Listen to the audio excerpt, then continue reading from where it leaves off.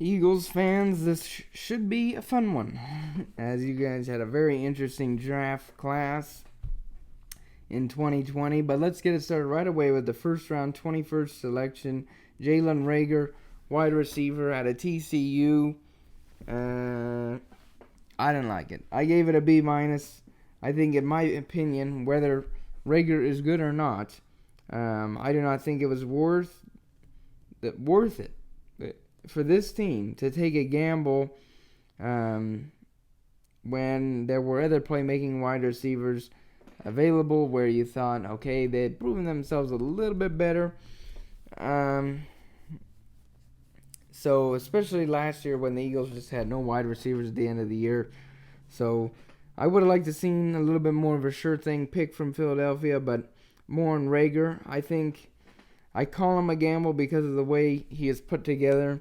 He is not tall, and by no means is he crazy strong. So, and although he is fast, he is not a burner, and he is slightly even slower during his route running. So that's not good either. With that said, I'm really not a fan of his ball skills. Contested catches, he's not coming down with them. And his catch radius, like with his ball skills that are poor, are nothing spectacular either. His consistency, or should I say lack of it, is concerning. Pretty sure his stats went down from 18 to 19. His effort on and off, that's not a good quality. You really want a consistently hardworking player. And you also question whether or not he's a team-first guy because his frustration with TCU's quarterback, which some say which limited him in 2019, which is why he saw the drop-off. But he, at times, was frustrated last year with TCU's quarterback. And that's anger, selfish, I don't know what you want to call it, but, he's quick to blame others before him instead of saying, what can I do to make the quarterback's life either or make it impossible for him to miss me, or I'll just be so wide open, or I'll make the plays for him. He pointed fingers at other people instead of trying to make himself better and more available to a struggling or less talented quarterback. So you don't like that. His separation is hit and miss. The route running could be better, especially for a guy who's probably going to play in the slot. He has also been shut down by the more physical cornerbacks, which is not really a surprise due to his size. Anyways, the more noticeable point for me is just like CeeDee Lamb. I do not like the fact that Reagor played in the Big 12, which to me, I think, inflated his numbers a little bit. His athleticism and return abilities are what you're hoping allow him to play or give him a chance to definitely get out on the field. But I don't think that overall it's worth it for a wide receiver desperate team to take a gamble like this. I don't know if they thought all this through or analyzed it like I did, but good luck to him and good luck to Philly with him. So overall, I gave that pick a B minus. That takes us to their second round 53rd overall pick, which was just as interesting, where they drafted Jalen Hurts, quarterback out of Oklahoma. Now, I had to give two grades on this one.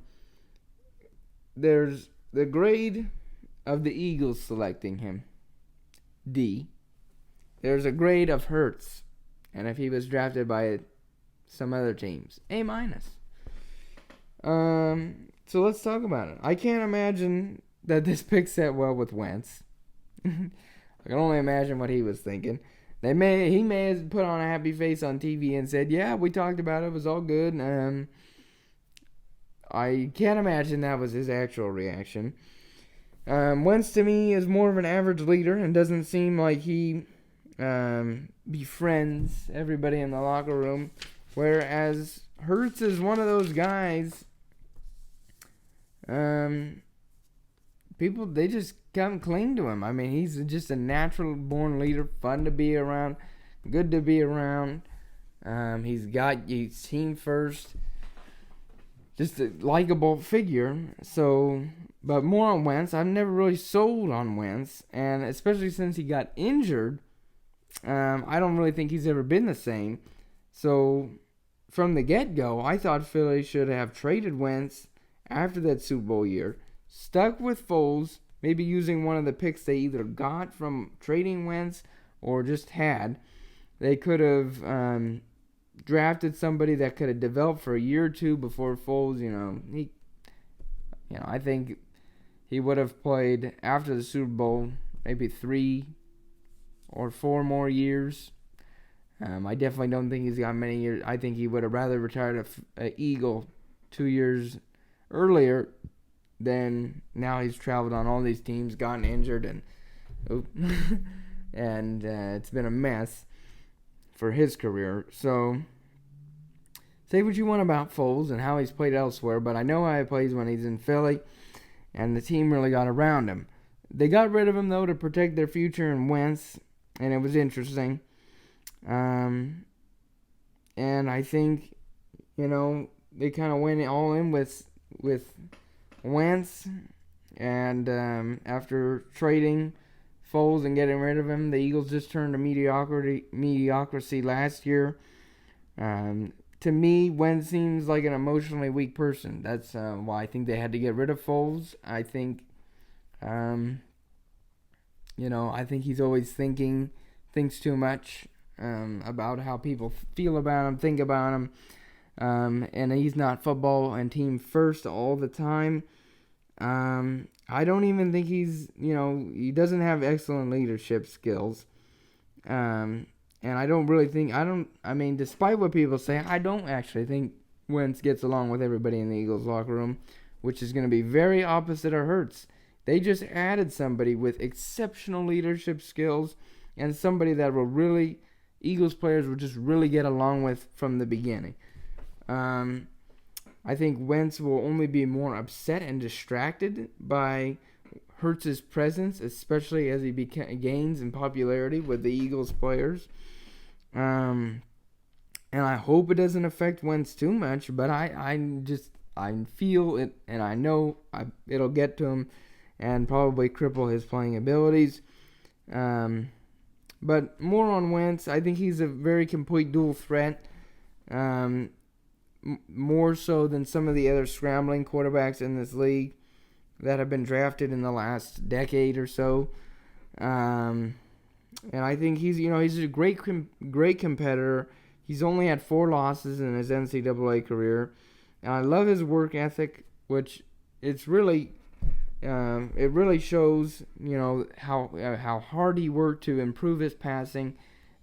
Starter or not, he was working hard to make sure it was never, he didn't complain about not being the starter. He took it as a challenge. What do I need to do to get to that level again? And guess what? When his name was called to play, he led Alabama to the comeback and got them to the championship, which Tua blew anyways. So, it's good. Good pick. I think, although he is durable, I think he does need to improve his patience in the pocket. And he needs to understand that you don't always have to go for the big play. You can hit the underneath routes. But overall, I think Hurts has some decent potential. And it'll be interesting to see how Philadelphia handles this situation. How much longer are they going to ride the Wentz train? Are they actually going to switch to Hurts at quarterback and maybe trade or dump Wentz? It'll be interesting to me how they do this, how they handle this. But I do think, Hurts could be a starting quarterback in this league if you give him a few years to develop. So this should be interesting. We'll see what happens with Philadelphia's quarterback situation in the future. That takes us to their third round, 103rd overall pick, though. Davion Taylor, linebacker out of Colorado. I gave this pick a B+ because Taylor is one hell of an athlete. He was unable to play football in high school, and he only played his junior and senior years for football. And really, he just lacks football experience. But, so you kind of question how big of an impact he'll have year 1. But potentially, when he fixes the issues, the techniques, the playing angles to the ball carrier and stuff like that, man, and maybe the instinctual mishaps at 6'8", 228 with his speed and strength, I would like to think he'll be a reliable starter within a few seasons. I really do. It's a need for Philadelphia, but they just got one hell of an athlete, and you gotta just in 2 years what he was able to do at Colorado, he's only gonna get better, I think, and I think the light and the ceiling are high on this kid. So round 4, 127th overall pick, they picked Kevon Wallace, safety out of Clemson. I gave this pick a C+. I don't think that he has much potential. I think, he played on one of the best teams. And, ACC, they don't play the best, or they don't have the highest quality of opponents. In which his coverage, which isn't that good, would have looked better. And I don't think it will cut, his abilities will cut it in the NFL. So, and his little free blitzes into the backfield, that's not going to happen. It's either not going to happen or maybe not happen as much as it was happening. So, it'll at least happen at a lower rate. And, people have said, well, he could also do outside linebacker, but I don't think he's big enough. I do like his frame, though, and the level at which he plays. I just don't know if he'll be anything better than a backup or a rotational player for Philadelphia. It's not a terrible pick. It is a need, but I don't know if he'll be the starting filler for that position. Round 4, 145th overall, they picked Jack Driscoll, tackle guard out of Auburn. Gave this pick a B-. Driscoll does lack the arm length and plate strength, but his experience, skills, and techniques are all very sound, especially with his athleticism and pulling ability to make him a potentially decent lineman, especially with the run outside zone runs. But I do think he needs to add strength if he wants to become a competing, starter for the job. Then he needs to add some strength. So they had a 5th round, 168th overall pick, which they picked John Hightower, wide receiver out of Boise State. Not a bad pick here. I gave it a B-. Because Hightower, he is a speedster. He's not going to pull down, the contested catches. But he needs to be put in a position where he can get the ball in space, and once he does, he can hurt you, especially with his speed and his ability with the ball in his hands. Very good. And, I think Philadelphia will be able to use him. They've used Deshaun Jackson in the past very well. And they've also used Aguilar very well. They aren't the biggest guys in the world. They use their speed. So I think he'll fit in nicely to the offense, and we'll just have to see how he pans out. More on the speeding wide receivers in a second, but let's head to their first 6th round pick, though. 196 overall, they picked Sean Bradley, linebacker out of Temple. Again, they're trying to fill that need, but Bradley is no standout. I gave this pick a C-. And he really didn't show improvement in his 3 years as a starter. He really didn't play top-notch competition, at Temple. Which is why I just don't think somebody like him who's a little undersized and less athletically talented will perform well in the NFL. Anyways, back to the speeding wide receivers. Their next 6th round, 200th overall pick, they drafted Quez Watkins, wide receiver out of Southern Miss. I give this pick an even higher of a grade because of the less, how many picks later it was. I give it a B+. And he is another speedster wide receiver in space. He could be really dangerous with the ball in his hands. He had 4.35 speed. He can really cause problems for opposing offenses. And the good part about him is he showed improvement. The work ethic is what you like to see. And, the ability to improve his game, you got to like it. So he's got that hunger to compete and to succeed at the next level. And he just has a very competitive gameplay attitude. But I think just like Hightower, they'll be able to find a way to get the ball in his hands in space. And he'll be able to be a very versatile, dangerous option for the Philadelphia Eagles. So Philadelphia had few picks left, just two. They had a 6th round, 210th overall Prince Tega Wango, tackle out of Auburn. I gave this pick an A because he's really just inexperienced, but physically he's got the traits. His upside could really be great if he is developed correctly. And, in the 6th round to get a lineman like this, you work on the techniques, the footwork. You show him what he's got to do. He could be, it could be a great pick. And, Philly kind of has the aging linemen. They're getting a little bit older. They could really show him and shape him to be a very good lineman in this league. So I like that pick a lot. That's why I gave it an A. Then their last pick in the draft was 7th round, 233rd overall. Casey Toohill, defensive end at Stanford. Gave this pick a B+, because I think if he can really gain some muscle mass, which is not the easiest thing in the world to do, but these guys know how to do it, I think he could be used more as a pure rusher, which is really the stronger part of his game.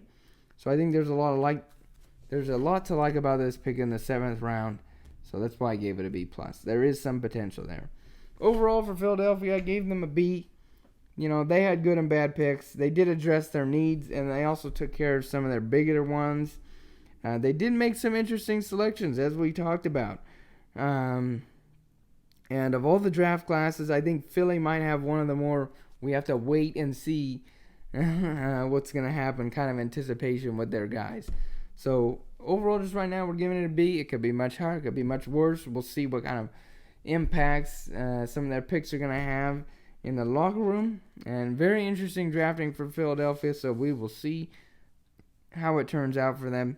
So this completes the NFC East. So coming up next, we're going to have the NFC West draft analysis. So stay tuned for NFC West, which will conclude our Draft 2020 draft analysis. Thank you for watching.